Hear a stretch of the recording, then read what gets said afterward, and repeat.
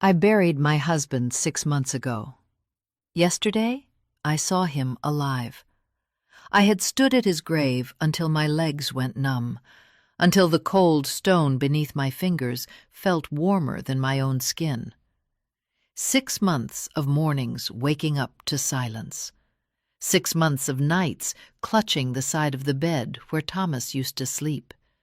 6 months of learning how to breathe again without him. Or so I thought.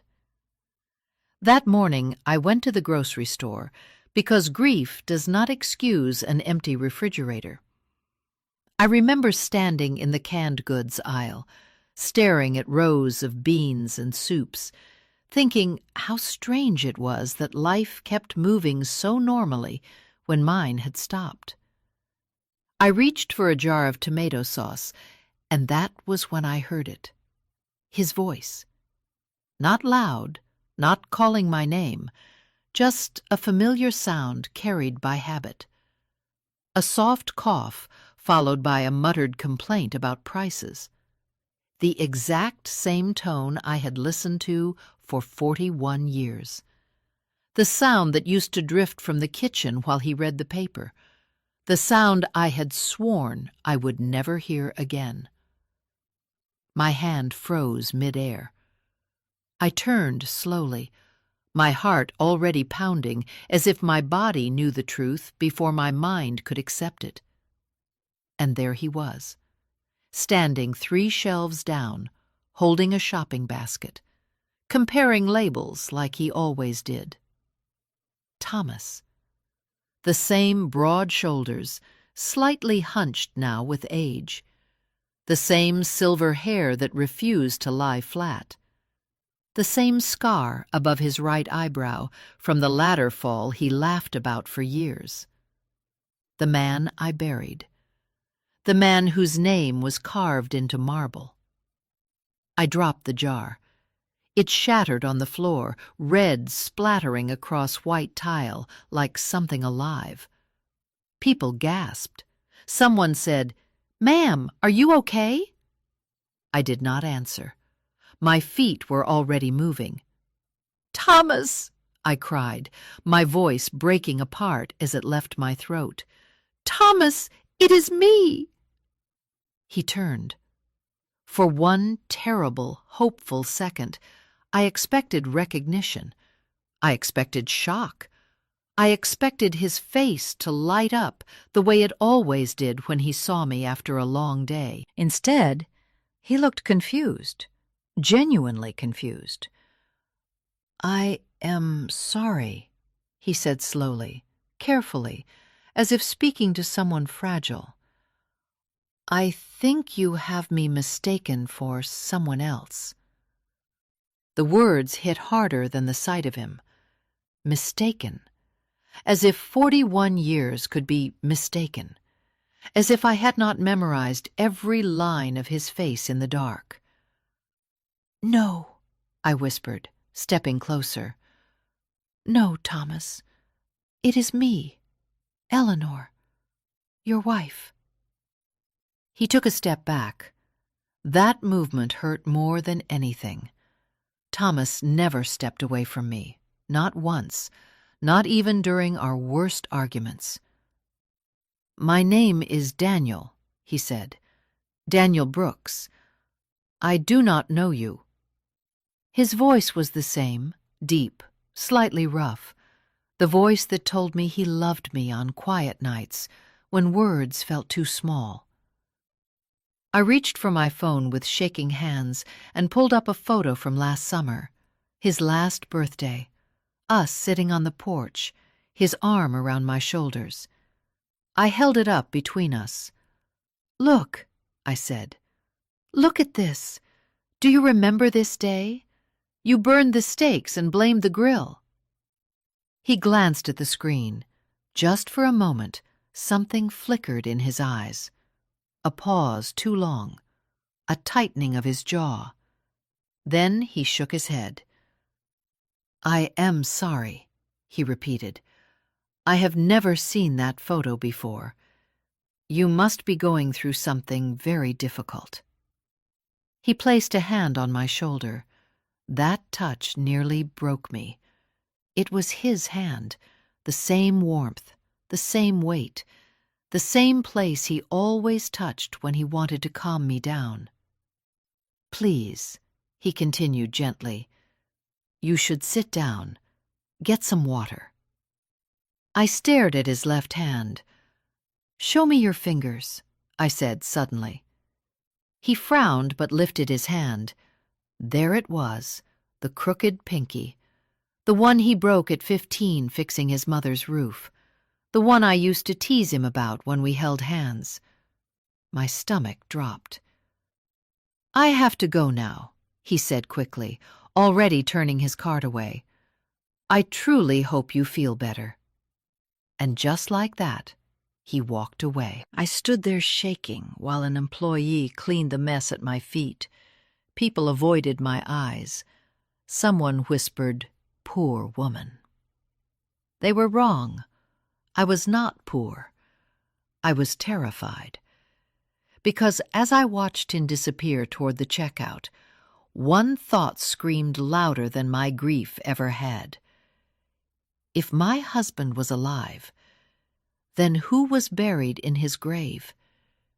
And whatever the answer was, I knew my life was about to break open in ways I could not yet imagine. I should have left the store. I should have gone home, locked the door, and told myself grief had finally broken something inside me. That would have been easier, cleaner. But I did not leave. I watched him from the end of the aisle as he paid for his groceries. He used cash. I noticed that because Thomas always used a card and complained about keeping receipts. This man did not take one. He folded the bills carefully, the same way my husband used to, pressing the edges flat with his thumb. My chest felt tight, every breath shallow. When he pushed the cart toward the exit, my feet moved without asking permission. I followed at a distance, ducking behind displays, pretending to read labels. I felt ridiculous and desperate, and completely awake all at once. Outside, the afternoon air hit my face. He loaded his groceries into an old sedan, white paint dulled by age, a dent along the rear door. Not the car Thomas owned. Not the car he loved and polished every weekend. Still, the way he placed the bags inside was unmistakable. Heavy items first, bread on top, eggs last. I memorized the license plate without realizing I was doing it. He pulled out of the parking lot and drove away. I stood there for a few seconds, my hands clenched at my sides, then walked to my car. The one Thomas bought me 2 years before the accident, saying he wanted me to have something safe, something reliable. I followed him. I stayed 3 or 4 car lengths back, close enough not to lose him, far enough not to be noticed. My heart pounded so loudly, I was afraid it would give me away. We passed streets I knew, then turned into neighborhoods I rarely visited. The houses grew smaller, older, more modest. He slowed and turned onto a quiet street lined with trees and low fences. He parked in front of a simple house, painted a pale green, the kind of color meant to feel cheerful. A white picket fence framed a small yard. Wind chimes hung near the porch. He stepped out with the grocery bags. Then the front door opened. A woman appeared, mid-50s, maybe younger than me by a decade. Dark hair pulled back, no makeup, wearing a sweater that looked lived in. She smiled when she saw him. Not a polite smile, a familiar one. She leaned in and kissed his cheek. My vision blurred. She took one of the bags from his hands, speaking to him softly. I could not hear the words, but I recognized the intimacy, the ease, the comfort of shared routines. Then 2 children burst through the doorway, a boy and a girl, around 8 and 10. They ran straight toward him, arms flung wide. "Grandpa!" the girl shouted. "Did you bring the ice cream?" He laughed. That laugh. The sound hit me like a physical blow, lopsided and warm. The laugh I heard in our kitchen for decades. The laugh I thought I would never hear again. He crouched down, letting them climb onto him, balancing grocery bags with practiced skill. The woman watched, smiling, her hand resting lightly on his back. They all went inside together. The door closed.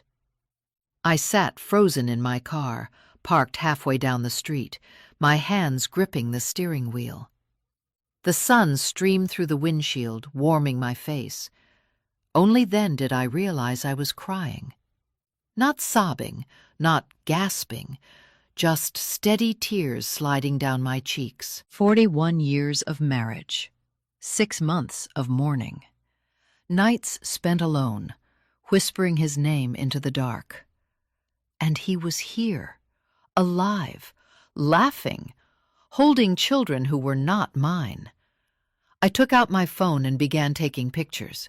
The house, the car, the address number by the door. My hands shook so badly that some photos came out blurred, but a few were clear enough. As the light began to fade, I started my car and drove away.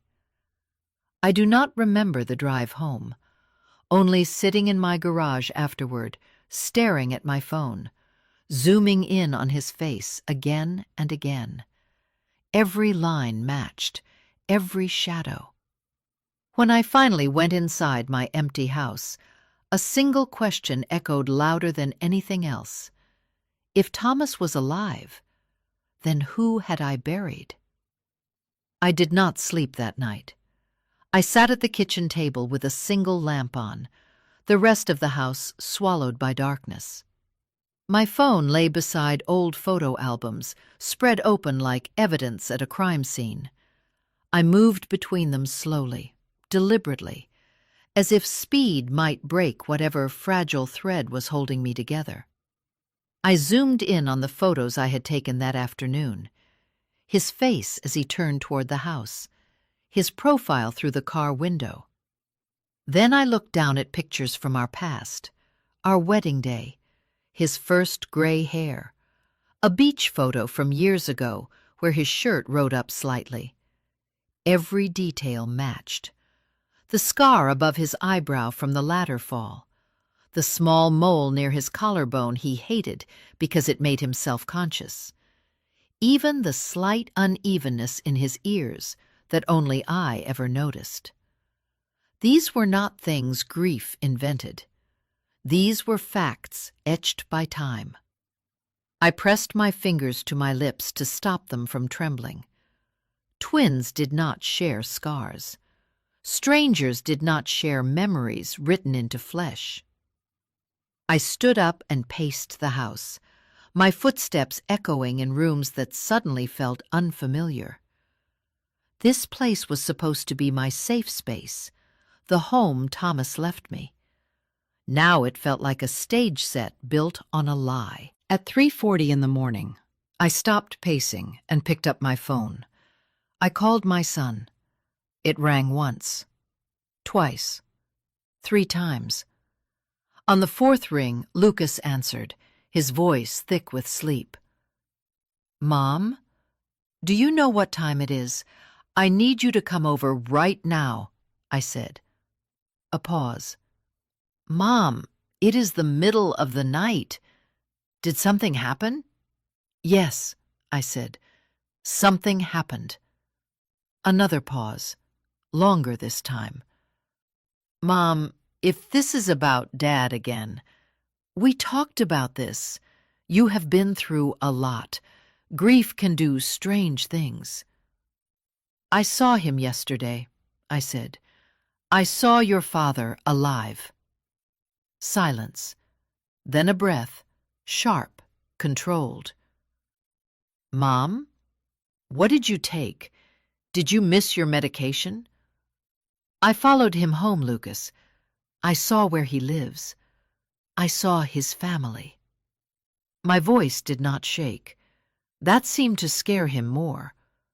"Stay there," he said finally. "Do not go anywhere. I am coming." The call ended. I went to the bathroom and looked at myself in the mirror. I barely recognized the woman staring back. Dark circles under my eyes, hair pulled back without care, a face that looked older than it had 6 months ago.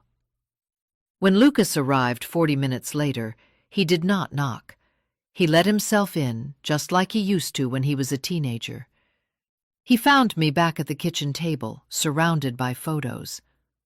"Mom," he said softly, "what is going on?"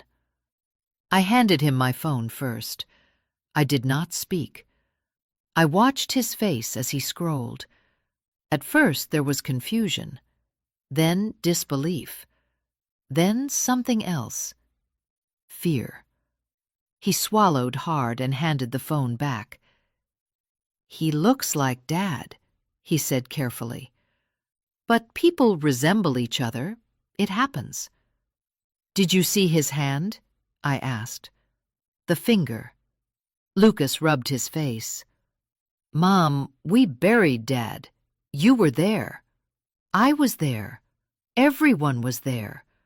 A closed casket," I said quietly. He looked away. "They said it was better that way," he replied. "The accident was bad. Did you see his body, Lucas?" His jaw tightened. "No, neither did I." The room felt suddenly very small. "I want to go back there," I said, standing. "I want you to come with me." "Mom, this is not healthy." "Are you coming, or am I going alone?" He hesitated, long enough for the truth to begin cracking through the surface. "Fine," he said finally. "We will go. So you can see that it is not him. So you can let this go." We left in silence. As we turned onto the quiet street with the pale green house, my heart began to race again. "That is the one," I said. Lucas parked a short distance away. We sat there, watching. After a few minutes, the front door opened. The man stepped out. Lucas leaned forward. The color drained from his face. He stared, unmoving, as the man walked to the car and drove past us. When I looked at my son, tears were streaming down his cheeks. "Mom," he whispered. In that moment, before he said another word, I knew. Whatever truth he had been carrying, it was finally breaking him, too. Lucas did not start the car. He sat there gripping the steering wheel, his forehead resting against it, his shoulders shaking. I had seen my son cry before, when his first marriage failed, when his dog died, but never like this. This was not grief. This was collapse. "Mom," he said finally, his voice hoarse, "I am so sorry." Those words landed with terrifying clarity. Sorry meant guilt. Sorry meant knowledge. Sorry meant this was never just in my head.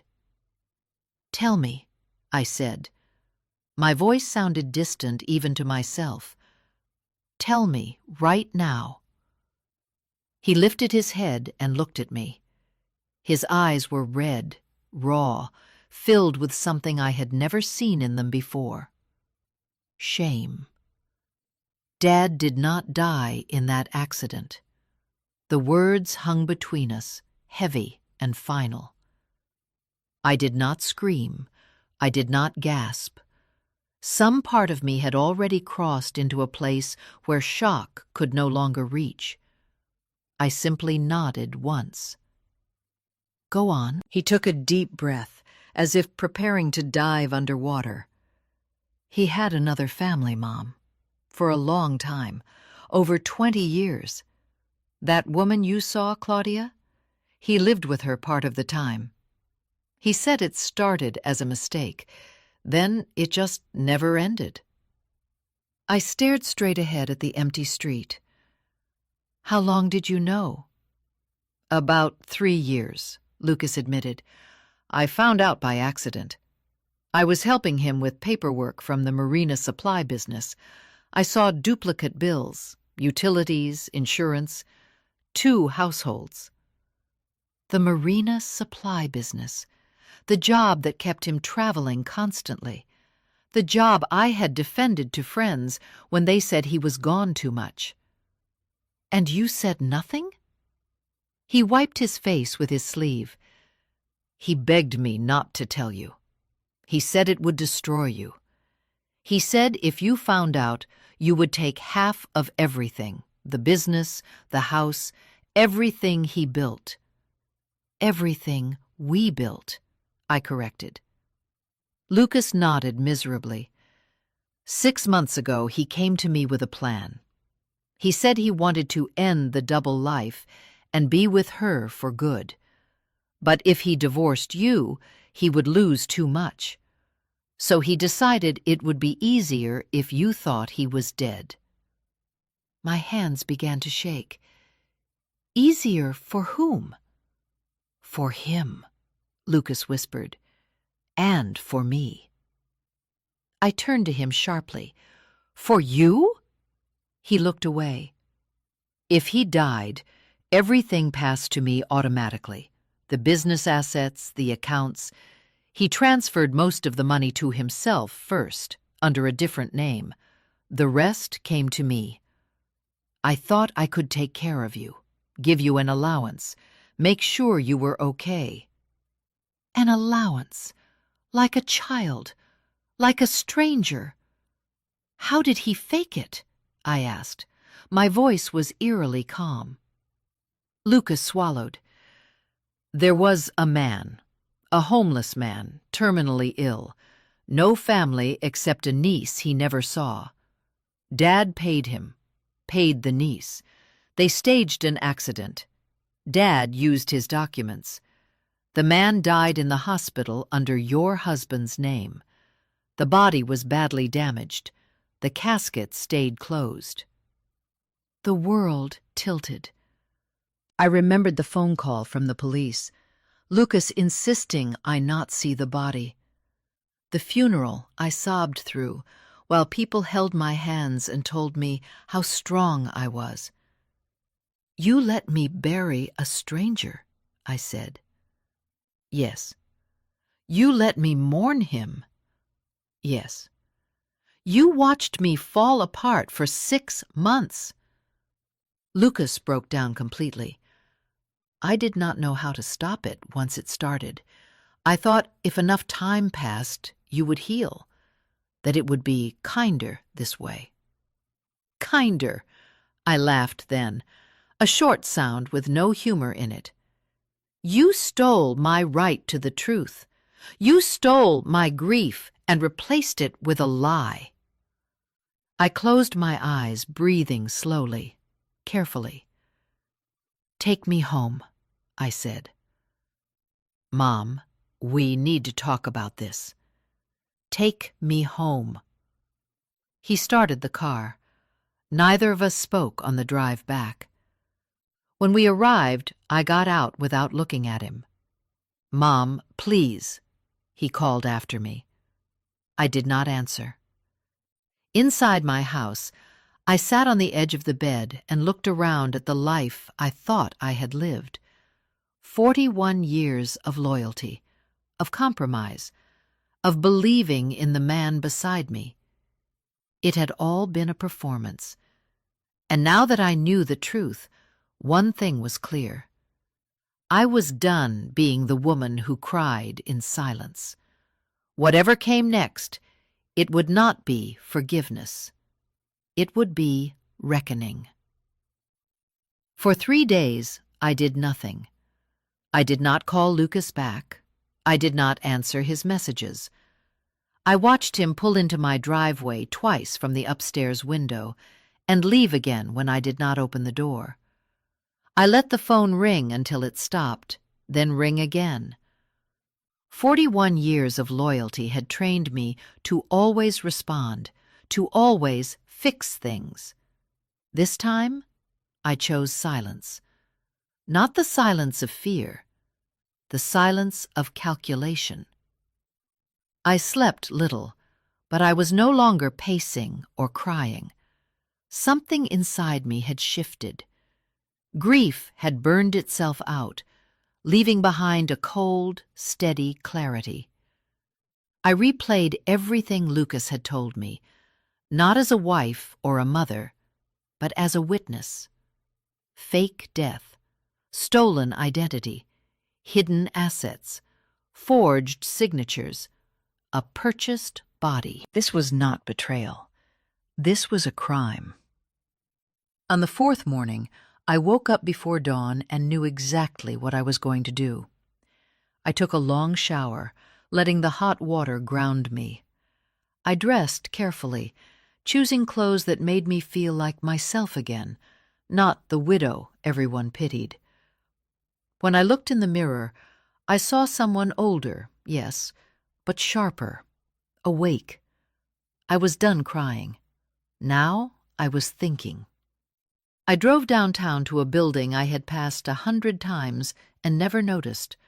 3rd floor, frosted glass door, a simple sign with black letters, Private Investigations. The man behind the desk was in his 60s, thinning hair, sharp eyes. He looked up when I entered and studied me without speaking. "I need to find someone," I said, sitting down without waiting to be invited. He leaned back. "Is he missing or hiding?" "Hiding," I replied. "And legally dead." That got his attention. I told him everything, not the emotions, not the years of marriage, but the facts. The accident, the closed casket, the new name, the house, the children calling him Grandpa. I showed him the photos I had taken. He listened without interrupting. When I finished, he nodded slowly. "If what you are saying is true, this goes beyond cheating. This is identity fraud and financial deception. It will take time. It will cost money." "I can pay," I said. "I want proof. Bank records, property records, fake documents, everything." He named a number. I did not flinch. I wrote the check. "I want the truth documented," I said. "Not suspected, proven." He smiled faintly. "I can do that." Over the next week, I watched from the edges of my own life. I returned to the street with a pale green house at different hours, wearing hats and sunglasses, sitting in my car like a stranger. I learned his schedule.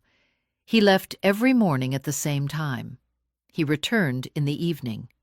Weekends were for the children, Sundays for church. A good man, the neighbors would have said. I learned the name he used, the work he did now, the modest life he pretended was new.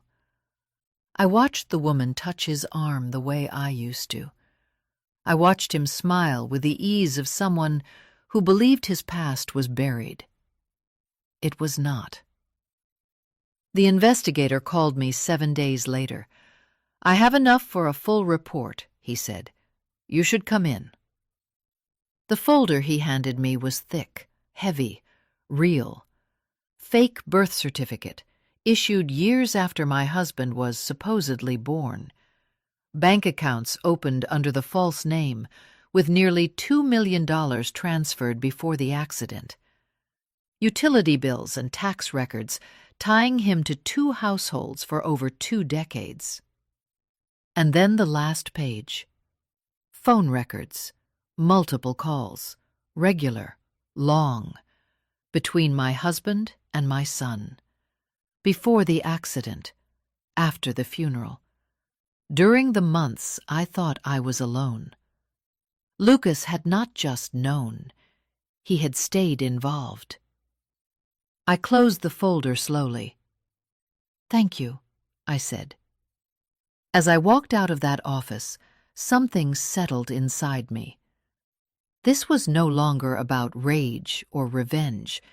It was about dignity, about truth, about refusing to be erased quietly. They thought I would mourn forever. They thought my silence meant weakness.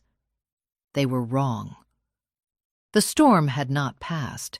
It had only just begun. I did not confront Lucas right away. That was the hardest part. Every instinct in me wanted to scream, to throw the evidence on the table and demand answers. But anger rushes. Strategy waits. And for the first time in my life, I chose patience over emotion. I took the folder home and read every page slowly. Bank transfers, dates, amounts, accounts opened under a name that did not exist, documents signed while my husband was supposedly dead. Everything was neat, organized, planned. This had never been a panic decision. It had been calculated. I made an appointment with an attorney the next morning, not the kind who handled wills or real estate. I needed someone who understood fraud, financial crimes, identity theft. She was direct, sharp, no wasted words. "What you are describing is a criminal conspiracy," she said after reviewing the documents. "Your husband committed identity fraud and financial theft. Your son aided and benefited. You are entitled to restitution, and there is strong ground for criminal charges." I felt a strange calm listening to her. "What do you need from me?" I asked. "A confession would help," she replied, "especially from your son. We also need proof of asset transfers and forged authorizations. If we have that, the case is airtight." I already knew where those documents would be. Lucas kept an office at the main supply warehouse. He had once given me a spare key years ago for emergencies. I had never used it, until now. But first, I needed him to talk. I called him that afternoon. "Mom," he answered immediately. "Are you okay? I have been so worried." "I am tired," I said, letting my voice soften. "I do not want to fight anymore. I just need to understand everything so I can move forward." There was relief in his breath. "Of course, Mom. Anything you want to know." "Let us have lunch tomorrow," I said. "Somewhere quiet." He agreed without hesitation. That night, I placed a small recorder in my purse. I practiced keeping my hands still. I rehearsed my questions until they sounded like curiosity instead of accusation. At lunch, I listened. I let him talk. I asked when the plan started, how the money was moved, who signed what, where the proceeds from the sales had gone. Each answer came easily to him now, unguarded, confident that I was still his mother, still safe. He did not notice the recorder. He did not notice that every word was sealing his fate. While we ate, my attorney and the investigator were already at work. With the evidence I had provided, they secured emergency access to financial records. The transactions told the rest of the story. Forged signatures, unauthorized sales, funds wired into accounts Lucas controlled. By the time lunch ended, the trap was closed. That afternoon, my attorney filed the complaint with the district attorney. Fraud, forgery, financial exploitation, identity theft. 2 hours later, she called me. The case has been accepted. Warrants are being prepared. I sat alone in my living room when the call ended. The house was quiet. No music, no television, just the ticking clock on the wall. I thought of the woman I had been 6 months ago, crying into an empty pillow, begging a dead man to come back. That woman would not have survived this moment.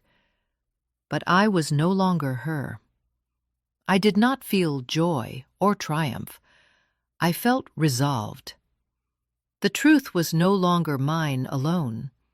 Soon, it would belong to the law. The first call came at dawn.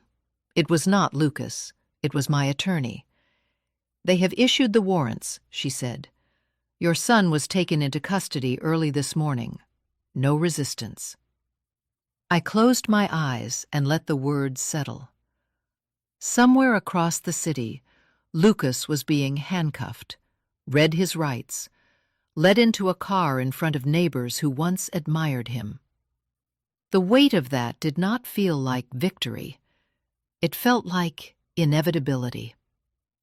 An hour later, my phone began to ring. Lucas, over and over.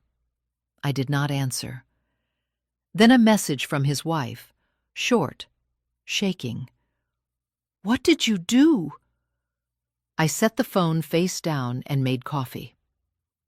By noon, the news had spread through the family. Cousins, old friends, people who had stood beside me at the funeral, who had hugged me and said I was strong. Now they were calling to ask questions they did not want answered. I ignored them all. At 2 in the afternoon, my attorney called again. "There is something else," she said. "The identity he is using, Daniel Brooks. It is being formally invalidated. The accounts under that name have been frozen. He has nowhere to hide." That was the moment I knew I needed to see him. Not to argue, not to explain, but to end it. I drove back to the quiet street with the pale green house.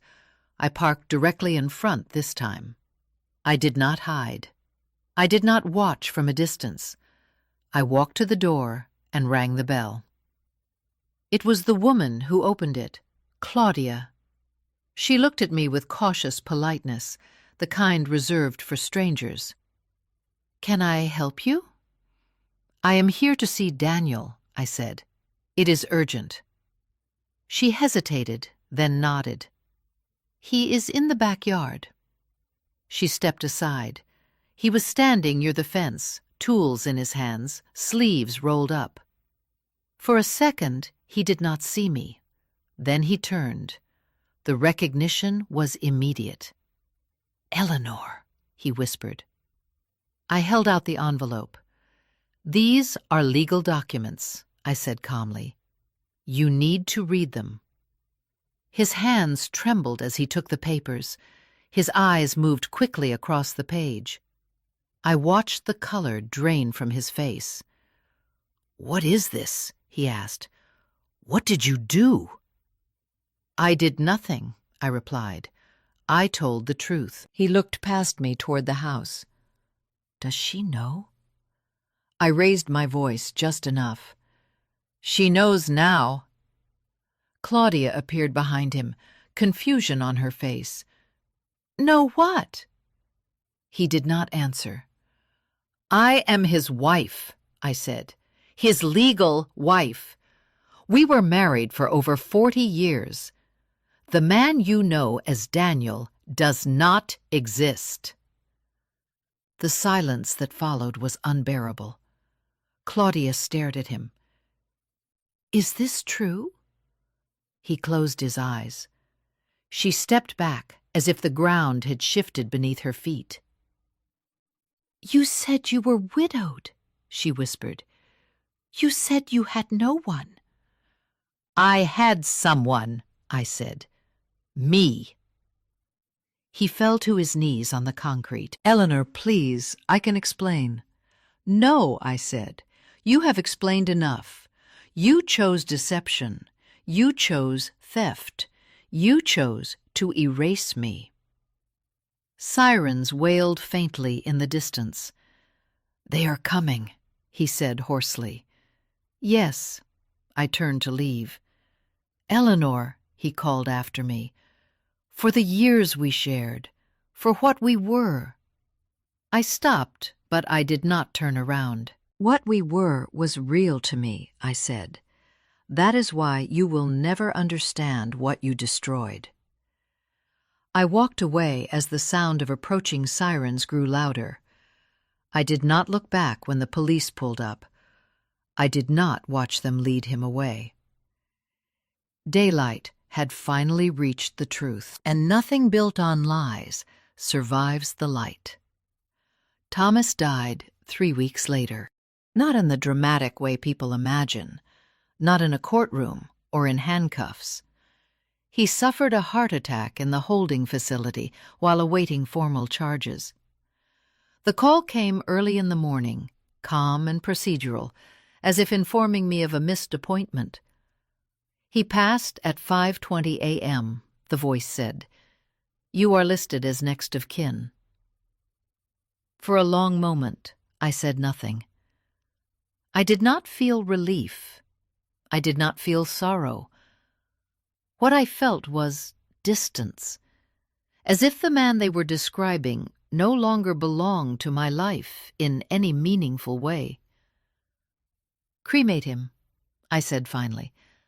"Scatter the ashes at sea. No service." There was a pause. "Are you certain?" Yes. He had already taken enough from me. He was not taking one more performance. The legal process moved forward without him. The invalid identity was erased. The accounts were returned to their rightful status. The assets that had been hidden, sold, or transferred under false authority were recovered and redistributed by the court. What was stolen came back to where it belonged. Lucas accepted a plea deal. He was sentenced